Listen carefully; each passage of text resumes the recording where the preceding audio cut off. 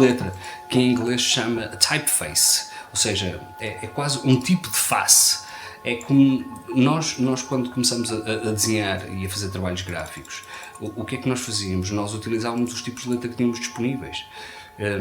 Muito embora nós levássemos até ao extremo a perspectiva de uma possível criatividade gráfica, depois que ficávamos confinados a determinados tipos de letra que eram aqueles que nós possuíamos no sistema operativo.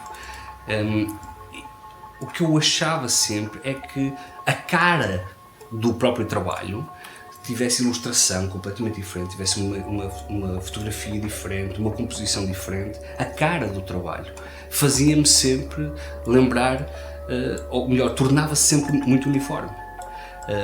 E portanto eu achava sempre que a tipografia contribuía com esse carácter de identidade, de particularidade da coisa.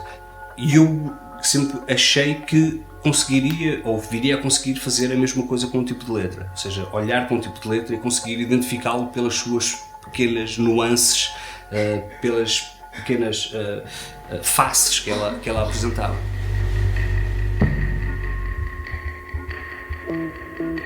Eu acho que na generalidade os tipos de letra que são desenvolvidos dentro da DS-Type têm um carácter muito feminino. Eu aprecio esse carácter mais delicado do desenho das letras. Este tipo de letra é um tipo de letra que não é um tipo de letra, são 9 tipos de letra dentro do mesmo tipo de letra.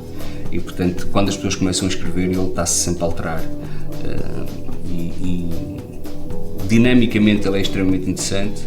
As pessoas assustam-se um bocado quando começam a escrever e as coisinhas começam todas a alterar-se. Dizem assim, eu gostei muito deste N, só que aquele N vai depender do contexto onde ele está inscrito, logo ele vai se alterar e as pessoas já não querem aquilo, querem outro. Enfim.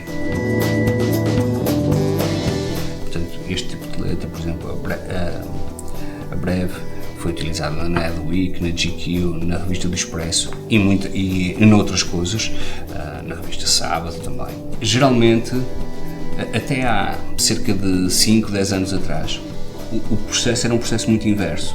Havia a globalização era única e exclusivamente um elemento de absorção de tudo aquilo que eram ícones que determinavam o modo como as coisas se globalizavam.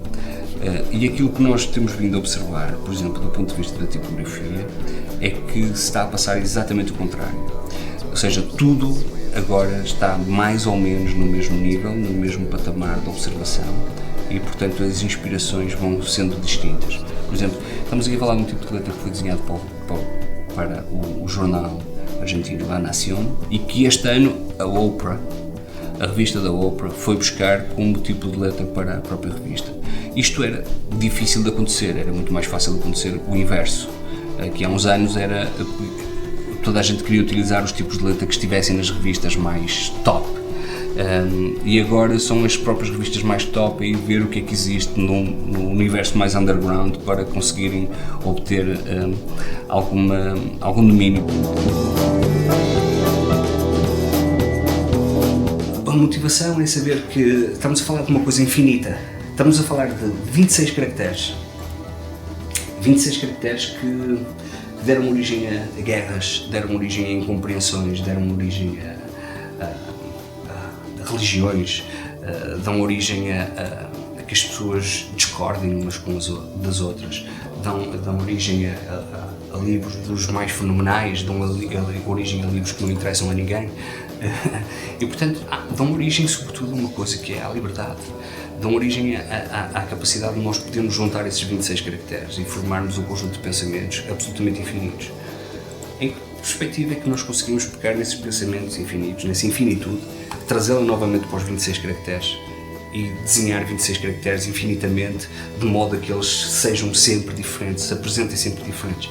Não faço a mínima ideia, mas é uma tentativa e por isso é que uma pessoa acorda todos os dias para voltar a fazer mais alguma coisa, refletir sobre aquilo e tentar produzir alguma coisa que tenha algum valor. Basicamente é isso.